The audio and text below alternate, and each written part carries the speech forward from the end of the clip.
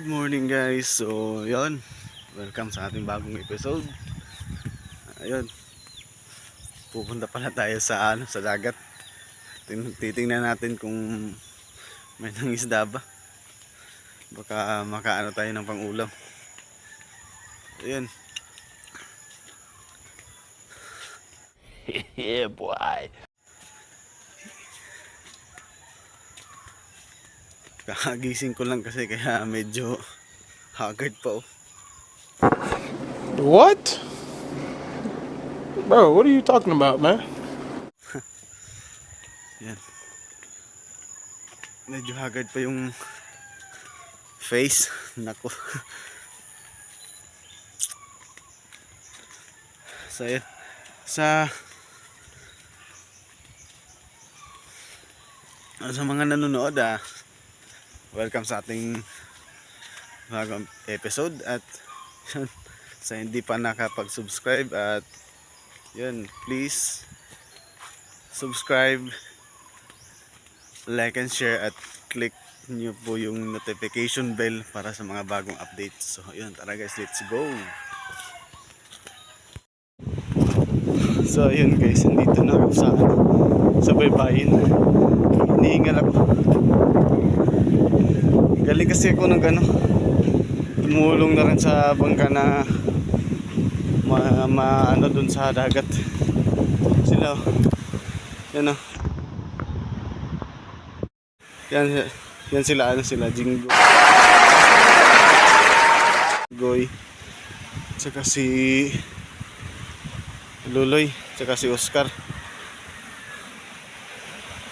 Papunta na sila sa laot. Manguha sila ng flying fish. Tsaka meron ding isa pa uwi. Si Kulroni. Sana may na sila dito. May nakuha siyang isda. So kailangan muna nating tulungan si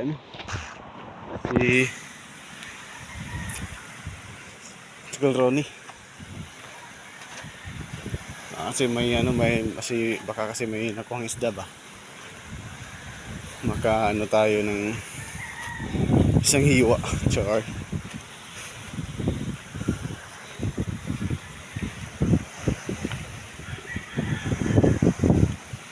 Ayun, natapos din sa wakas.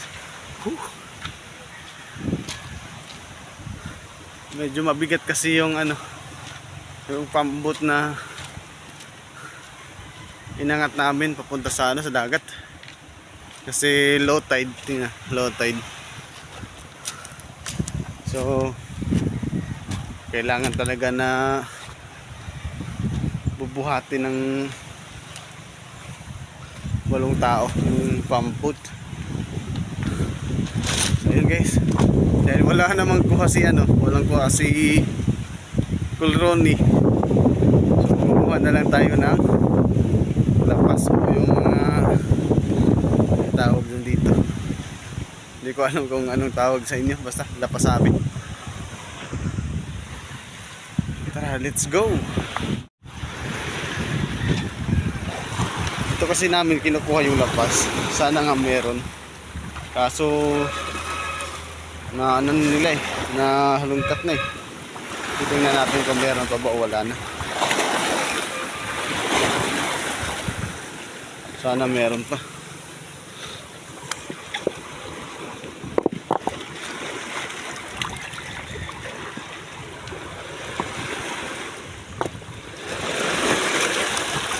Isa, one down. Oh my God!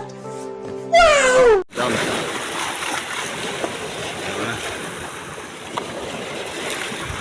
Ito ang isa.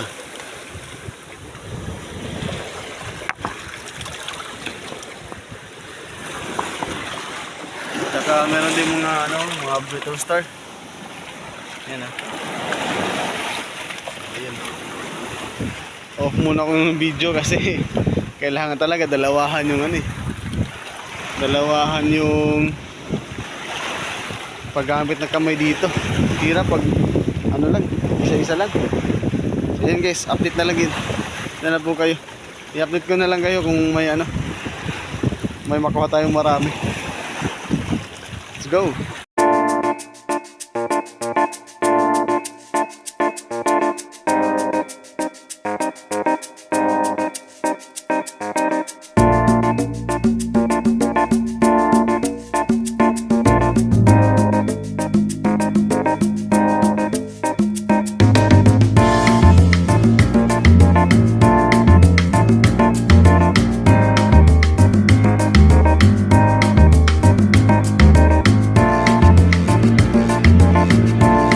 A few moments later.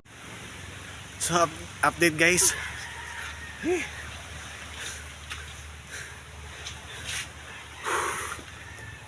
For almost 1 hour na nag-ano tayo ng lapas. So ito na yun.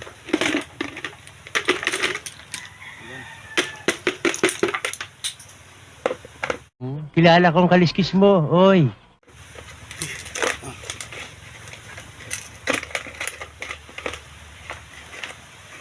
Almost 1 hour kasi yung ano.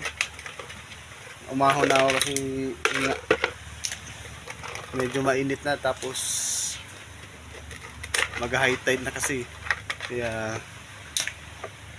kailangan na rin umahon. Wala na kasi yung low tide. Yan o. Yan. Pa-high tide na yan guys. Pa-high tide na.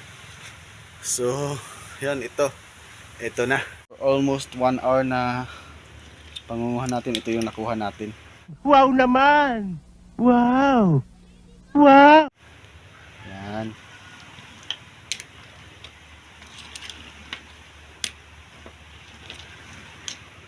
Yeah, boy. Kanina may nakuha si ano, si Uncle Kinit na kapinan.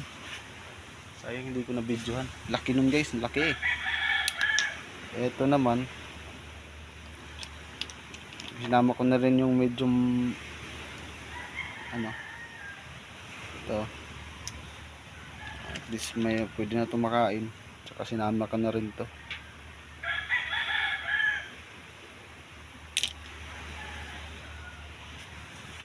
So ayun guys, uuwi na ako. Ito yung nakuha natin.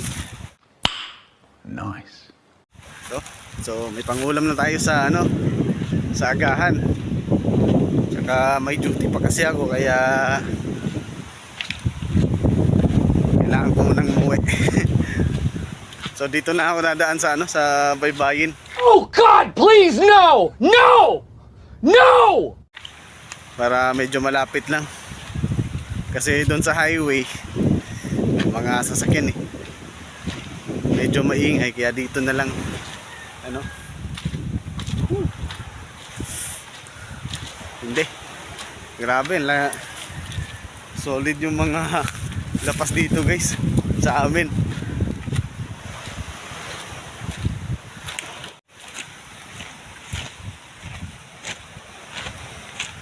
Tsaka yung pinagkukunan ko medyo malapit lang sa ano, Pantalan. Wow naman! Distansya lang, mga around 300 meters yata. Ano, dito yung dating tambayan namin nung una, nung may nadaong pump boat dito. Meron naman dumaong dito, kaso ano lang, maliit na. Di na katulad nung dati na pang ano talaga, pang ano talaga, yung pangkuha ng ano, ng flying fish. Dati ito kasi yung inaano nila na pang flying fish, o yung ginagawan lang drift gill net.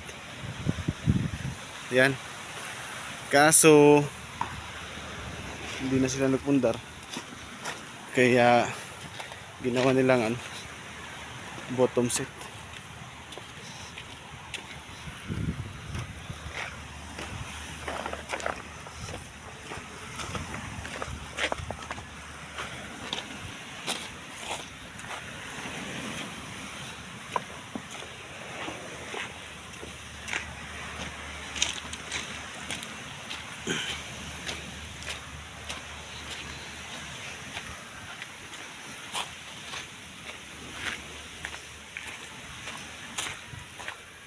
Cellphone lang. Ay, nako.